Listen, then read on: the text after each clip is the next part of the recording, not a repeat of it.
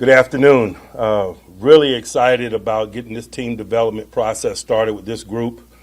We checked them in today and had a mandatory NFL seminar, and then we've done the conditioning tests. And this evening we get into our foundational things, administrative meetings, getting to know one another, and starting this process of individual and collective development.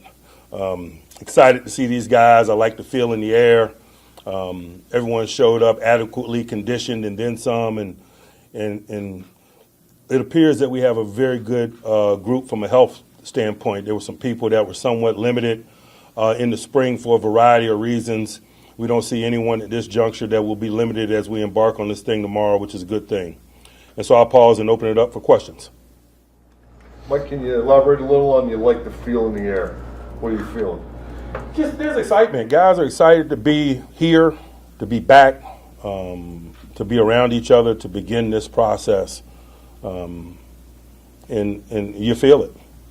What would you like camaraderie with the team? Talking to the players today, the advertisement said he brings his TV. The guys have competitions, whatnot. Uno, pitching it, could be anything. Does Coach Tomlin ever interact and do any of those things? Very much so. I think that's one of the tangible benefits of a destination training camp, and we just obviously we let it happen organically, but we also tee it up. There's awesome development, collective development in an environment like this, where we get an opportunity to be away from our lives and be singularly focused on this collective and spend formal time and informal time together. And I just think that that's a component of team building that we've all been on enough teams we know and respect and feel and really want to pour into. And so, yes, there'll be competition, video games, board games, dominoes, et cetera. I think that that's one of the things, if you love football and you love football environments, that's one of the things that you like about destination camps. Mike, where would you like to see this offense evolve under year two with Kenny? That's a complex question. To be quite honest with you, man, we got to maintain possession of the ball. We got to maintain, a scoring pace. We got to be well balanced. We got to utilize our eligibles and their talents. We got to protect our quarterback. There's a lot of layers to that discussion, but that's why we're here.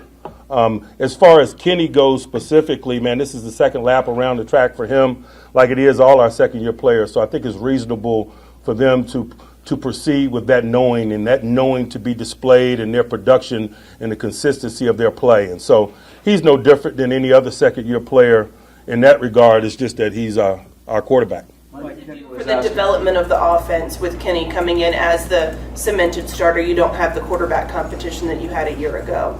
I'm sorry, what was the beginning of that? What does it do just for the development of Kenny and the offense to have him already cemented as the starter? You don't have the same quarterback competition you did a year ago. I think that kind of remains to be seen. I think just on the surface level, the allocation of reps and the pointed work relative to those things are clearer and thus potentially more productive, but it remains to be seen. Mike, Kenny was asked a couple of those questions too, and he spoke to the importance of taking and cashing in on calculated shots.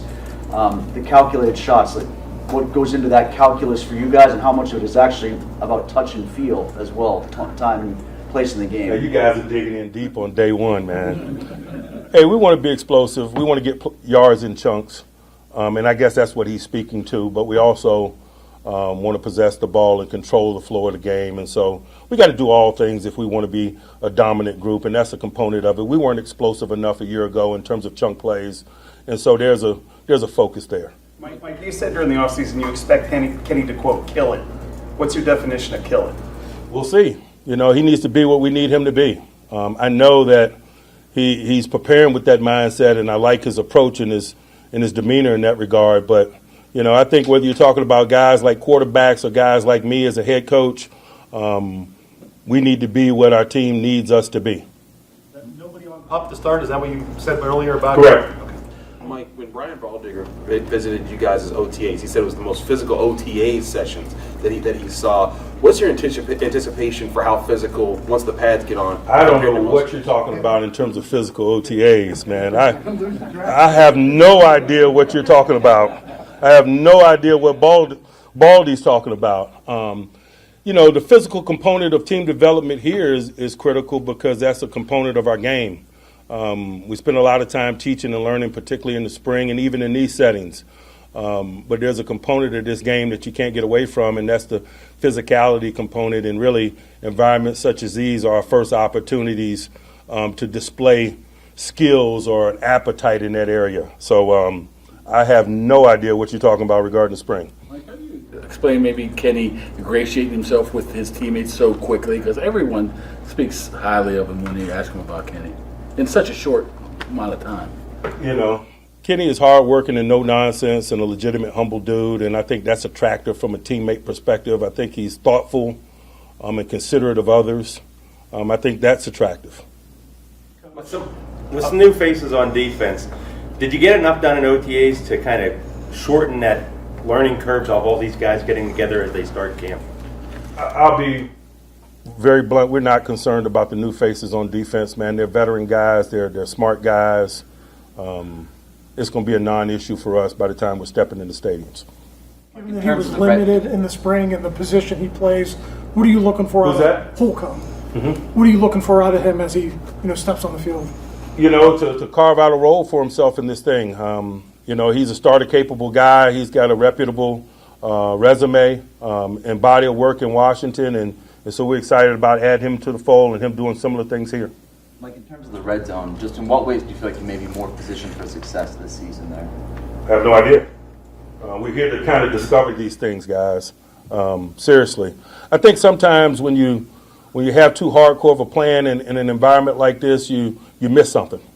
And so we're here to grow and develop individually and collectively, and when you're in my position, you better be open to being pleasantly surprised or disappointed, to be quite honest with you. And so some of the things that you guys ask about specifically in terms of an agenda or things I'm looking for, it's a tad bit premature because we're here to develop our personality, our strengths, our weaknesses, to ascertain what those things are, to divide the labor up. And so we're at ground zero in that regard. Mike, a year ago when we were in here, you talked about boiling mouthpieces and all the excitement that you feel coming into this camp this time of year. Do you still feel that same level of excitement? Just where is it in relation to last year when you're talking about all those things? It probably intensifies, to be quite honest with you, but that's me and my personal relationship with this game and the group of men that I get an opportunity to lead, man. I enjoy what I do. I enjoy the people I get an opportunity to do it with, and so I'm always generally excited. I'm excited about the challenges that environments like this presents and the way it's going to challenge us and the way we get an opportunity to grow as professionals, as men, myself included. Like everybody here is supposed to be here? Yes. Najee took on more of a leadership role in year 2 last season. What does he need to show or prove to you guys between the lines in year 3? Just to continue to progress in the manner in which he has, not only inside the white lines but off of it. He's a guy that's shown a natural appetite for leadership and perspective, and it's reasonable to expect that to continue as well. Teams are continually evolving, man. Guys are ascending, guys are descending, and so forth. And you got a talented young guy like him that shows an appetite for leadership, man. You just want to cultivate all components of that discussion, not only in his game, but the intangible things that he provides us. How does Jalen make Najee better as a running back? I don't know that he does. Jalen better focus on Jalen. Mike, does momentum exist from year to year? I mean, you have so much, especially in offense, you have so much continuity, you get success at the end of the year. Can there be carryover? Is it ground zero, day zero? I think it's prudent to proceed and to assume that it does not. If it does in a positive way, great. But I don't think any of us are sitting here relying on that discussion. Dan Moore going to get the first reps with the ones at left tackle? I hadn't even thought about it, but I assume so, yes. Historically, this is the time when this organization is extending their contract to the head coach. That would be for you. Do you expect that? Would that mean something? Wow, I hadn't even thought about it. I'm just at the stage of my career, man. I don't care about contracts, to be honest with you, man. I acknowledge I've seen more days than I'm going to see. That's just the nature of this thing. I'm appreciative of the opportunity. I'm singularly focused. I'm thankful that I'm at a stage in life and in my career where that's a non-issue for me. Coach, As a head coach, are there any perspectives that you usually give to the rookies when they come into almost what you could consider a college environment, preparing for camp? You know, this is their first lap around the track, so don't pretend like it's not. You know, be open to growing and learning. Be a sponge, ask good questions, learn from others, what others say and do, positively, negatively. Just don't try to pretend to be at a place that they're not.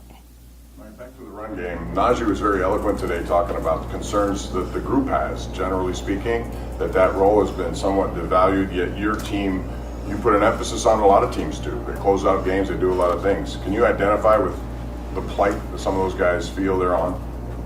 To be honest with you, as I embark on this journey with this group today, my focus is this group and the members of this group. So global issues such as the ones you mentioned are less important to me. I don't know that I have an opinion that's worth expressing.